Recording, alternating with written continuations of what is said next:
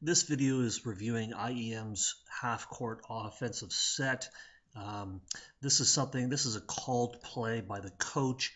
I'm pointing this out because it happens a few times in the game that we played them on in February.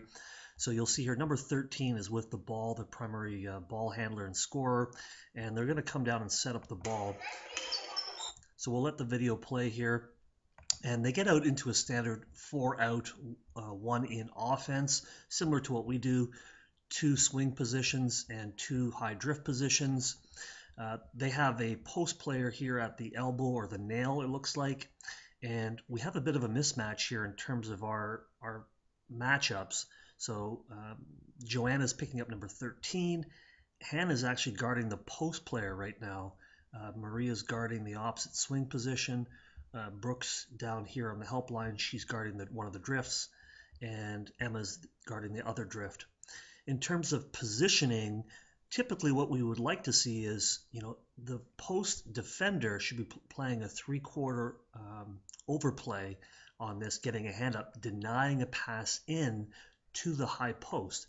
And this play is really good against that, because it's not really a play into the high post. It's using the high post as a decoy screener, allowing some layup opportunities.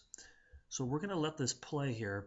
You're going to see number 6 down in the corner making a quick V cut to give herself spacing against Brooks so she can receive a pass down in the drift position. And you'll see there, after her V cut down, she receives a pass.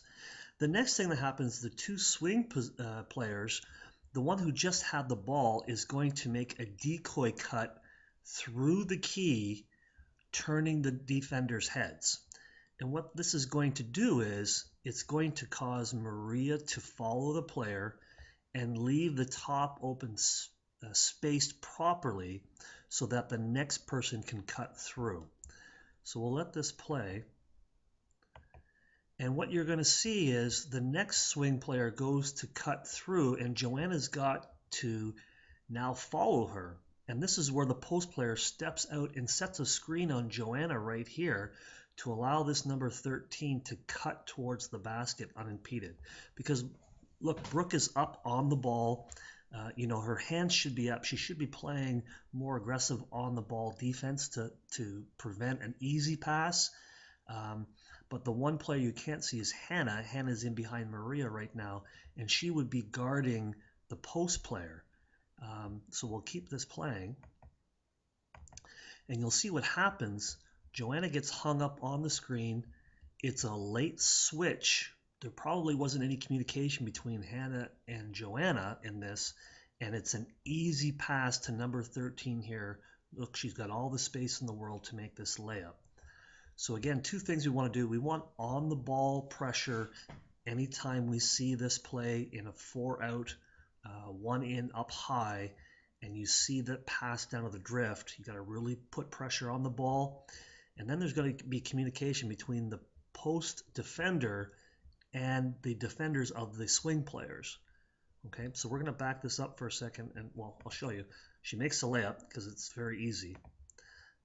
But we'll back it up here.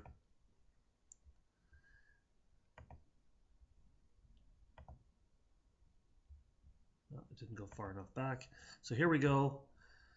V cut, decoy cut across the high post. High post pops out, sets a good screen, and we get an easy layup attempt. So to combat this, the only thing that we can really do is 2 things. One, we can have better ball pressure on the drift position. We should be really pressuring the ball. Anytime that person is sitting there holding the ball, looking for someone to pass to, we should be up in their face. We have halo defenders there to help us out in case we get beat. So you really want to make sure. And in the new rules, when we're playing on Friday, this is number 10. She's a spot-up shooter. So Emma really, on Friday's game, Emma won't be there. Emma will be further up. So we're going to have to do a real good job of pressuring the ball, making sure we're staying home and communicating as a team defensively. So there's that pass and cut. So the player who's guarding the post and the cutter have to communicate and get a quicker switch to take place. So Hannah and Joanna should be communicating to create that switch to take place sooner.